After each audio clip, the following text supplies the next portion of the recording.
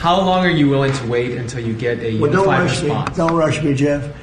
Guys like you want to say, oh, so we were in Vietnam like for 18 years. We were in Iraq for many, many years. We're in for I don't like to say World War II because that was a biggie, but we were 4.5, almost 5 years in World War II. We were in the Korean War for 7 years. I've been doing this for 6 weeks.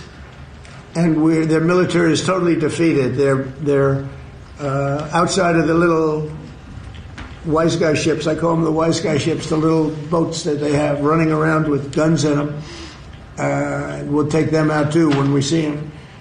But their Navy is gone. Their Air Force is gone. Their anti-aircraft is gone. All of their anti-aircraft machinery is gone. Maybe they loaded up a little bit during the 2-week hiatus, but we'll knock that out in about 1 day if they did. We've done an amazing job. Their leaders are gone. The leaders are all gone.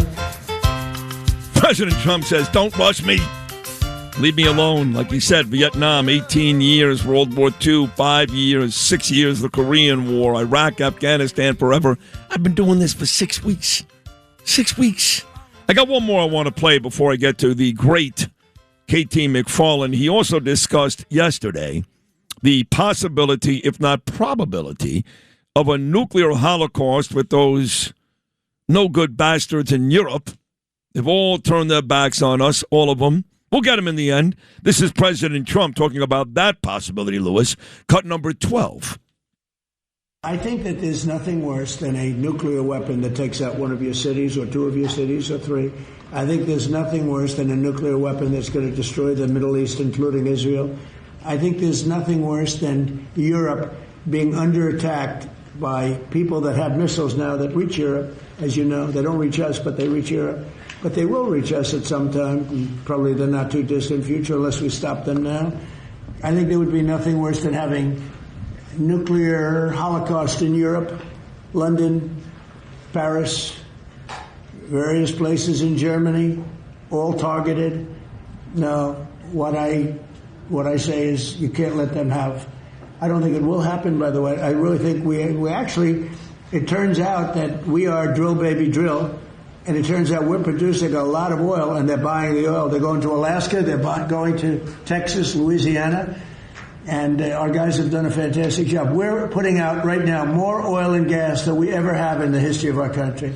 And one other thing, there are more people employed today in the United States than ever in the history of our country.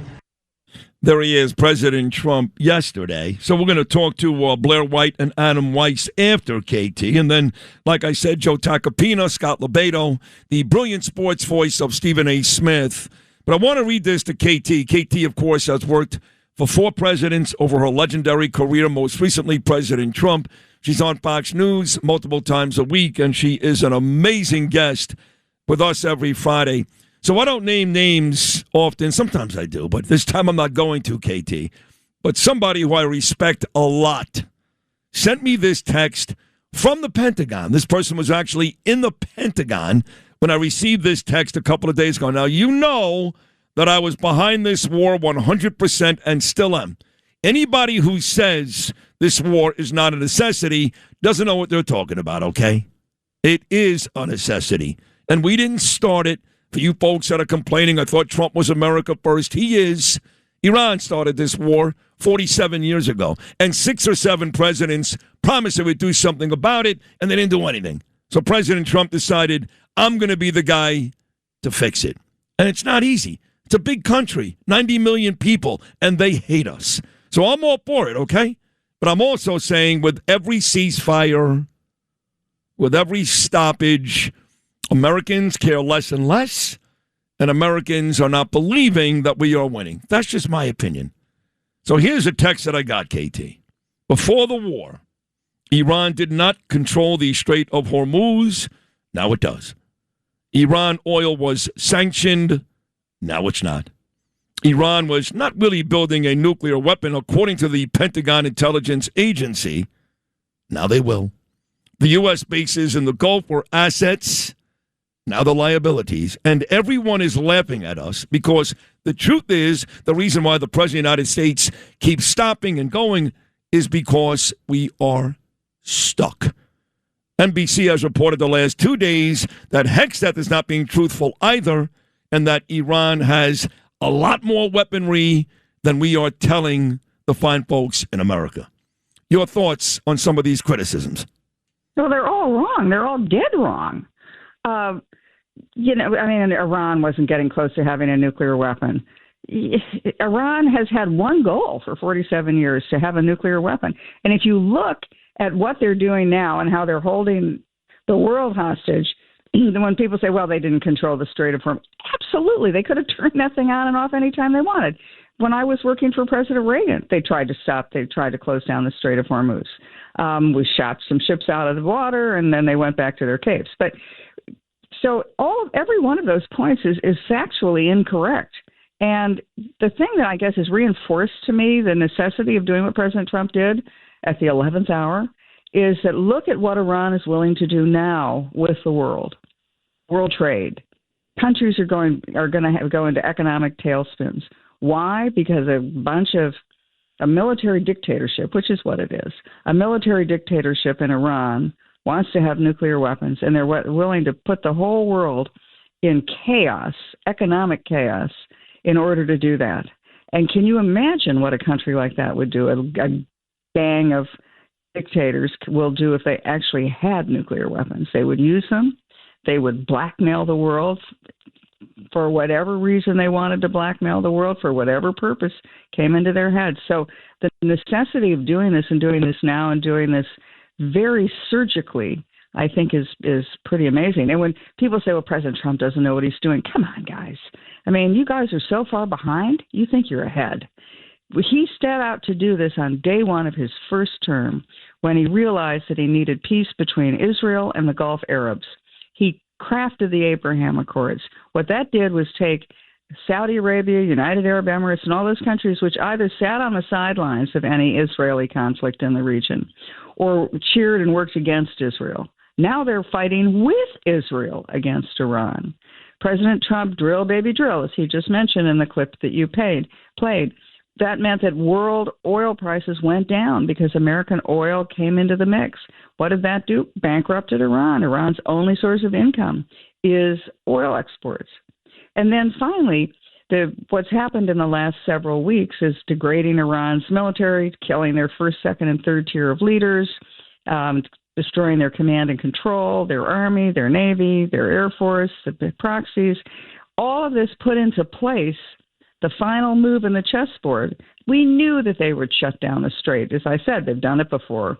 But we also knew we had one more move after they shut down the strait, which is a blockade. We could never have done a blockade unless we already had all of those military assets in the region.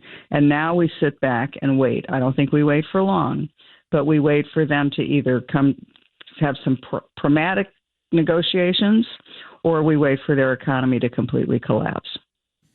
I don't disagree with anything you just said. I would just say that you know my frustration. 17 days ago,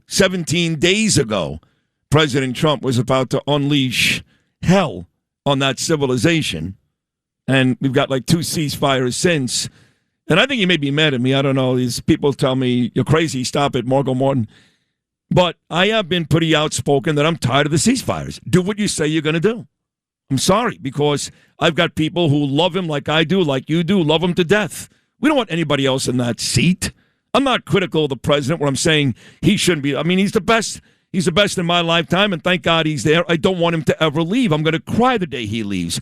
But I'm getting tired of the ceasefires. You know, you keep threatening people, and you don't do it. And eventually, the Iranians, who don't care anyway, they're not intimidated by any of Trump's threats, they're going to start laughing back. So that's my frustration here. Everything you said is fine. That's all great. But these constant, not today, maybe tomorrow, maybe 4 days, maybe 10 days, maybe 2 weeks. He doesn't want to be rushed, but he's promising the American people one thing on one day, and then it's another story on the next. That part you have to understand. Sure. There are 2 ways to kill a snake. You can cut off his head, or you can starve him in a cage. And Iran is now in a cage. The cage is the blockade. So let me just go through the economic steps, as the Secretary of Treasury has talked about them, the economic steps that now have started to happen. So Iran is losing half a billion a day in revenue. They're not getting their oil revenue because the tankers aren't full of oil. The tankers are not getting past the blockade. They're not getting consumer goods into Iran because any ships on their way to Iran are not getting through the blockade. So the blockade is preventing only ships going to and from Iran, not anybody else's ships, but just to and from Iran. And so Iran may have some revenues that they could, like a reserve that they could use.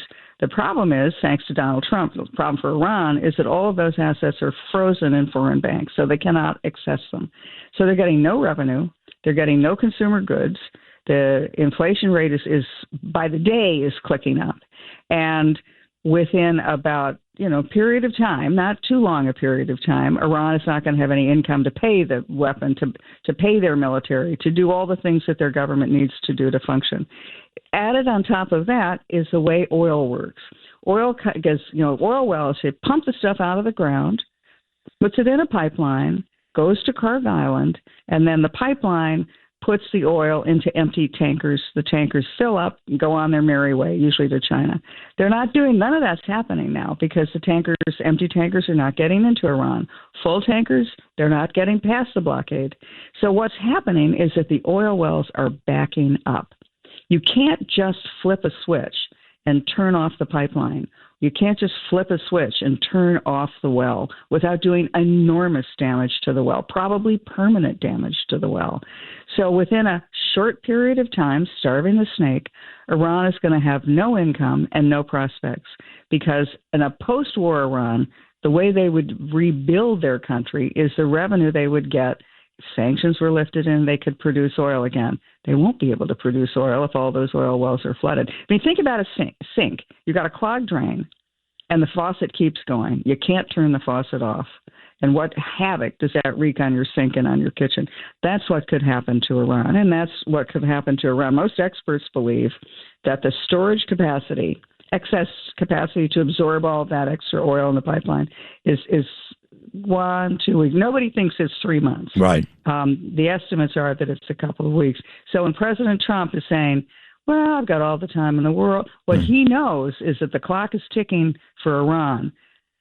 President Trump has 6 months before he faces the voters.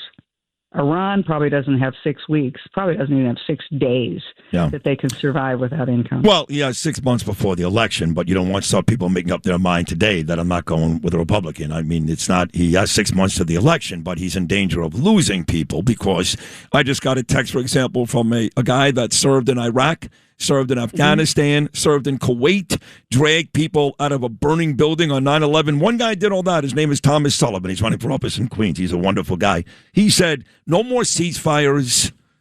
What he wants to see is unconditional surrender. And he loves Trump. So we don't have 6 months. If this thing ends in 6 months, it's going to be too little, too late. He needs to figure out a way to end this way before that and start to fix some of these economic issues. We're going to have our asses handed to us come November. That's the bottom line. I guess I would disagree because if President Trump pulls this off in 3 months and the U.S. economy will immediately start turning around, he'll be hailed as a great, wise leader and a great fixer that saved America. I hope so. I want that more than anybody. You know that. But yeah, and I love him. But I talk to a lot of people, go to a lot of events, and try to help out a lot of Republicans in all these states, and they're very, very nervous. But I did like what I heard from Mike Huckabee yesterday, our ambassador to Israel. And I had the cut, but we can't seem to find it. But he talked about the ceasefire between Israel and Lebanon. And he said, listen, the people of Lebanon and the people of Israel are neighbors. And by the way, I've got 2 friends, they're friends of yours too, some of the most beautiful people, Lebanese. One being Joseph Aboud, who I think is the greatest men's fashion designer ever. The other being our U.S. attorney in Washington, D.C., Janine Pirro. These are great Lebanese people. They love Israel. They got no issue with the Jews. The problem is Hezbollah. And Israel is going to do whatever they have to do to wipe those mother effers out. That's it. Yeah, and the Lebanese government has now agreed with Israel. And, people aren't even paying attention. This is just like a little peace agreement, right? The ceasefire agreement that happened was signed yesterday between Israel and Lebanon in the Oval Office with the president, extending the ceasefire for 3 weeks with the idea that it'll probably become permanent. And you have the leaders of Israel and the leaders of Lebanon saying, we agree that the problem is not between the Jews and the Lebanese. The problem is between the two of us and Hezbollah. And Hezbollah was the golden, shining example of Iranian ambitions and Iranian lethality and Iranian evil. And that's what's being wiped out. The fact that they could have this kind of an agreement now with the potential of wiping Hezbollah out is largely because of what Israel has done already, but it's also because Hezbollah is not being funded anymore because Iran doesn't have the money. I always think, follow the money is usually a pretty good plan when you're looking at geopolitical events. Always the case. Well, that was a unbelievable conversation. You're brilliant. You know things that no one else knows. That's why you're so great on this show every Friday. Really, KT, that was a spectacular job today, sweetheart. Thank you so much. It's an honor. Thank you. It's my honor. KT McFarland, boy, she is terrific. Here every Friday. And you'll see her all week long on Fox News, and she knows her stuff. She's been in those rooms, those strategy rooms with 4 different presidents, 2 that I think we'd all agree are pretty good, right? Ronald Reagan and President Trump, not bad. So KT McFarland is with us every Friday. Thanks for listening to Sid and Friends in the Morning. You can hear Sid and Friends in the Morning weekday mornings at 6. If you like the podcast, share it with your friends and listen anytime at WABCRadio.com and download the WABC Radio app. Hit that subscribe button on all major podcast platforms. Plus, follow WABC on social on Instagram, TikTok, Facebook, and X. See you next time for a new episode so you never have to wonder. What the heck is going on here?